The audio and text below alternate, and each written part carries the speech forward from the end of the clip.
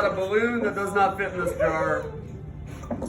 I've got some paper. I've got a match. I have enough to get this balloon into this jar. Check this out.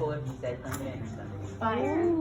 Fire. I did that. Burn my lip. Fire. Whoa, burn your lip. Me like fire. Fire. I got too fire on Oh, me. Stop it, Anthony. Fire. Wait, was that it? Fire.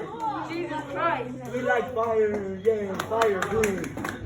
Wow. Ask you this question. Did y'all see the balloon kind of bounce on top? Yeah. Yes. That is because the air was rushing past it, but the weight of the balloon was enough to then make it sink back down, and then the air would push it up, and then the balloon would fall back down, and then the air would push up, and all that happened so fast, it just vibrated. Can we launch the jar now? No, we're not launching the jar. I'll let that smoke out, and then maybe we can launch the balloon. Smells like yes. Smells like more stable by Bye, guys. What do you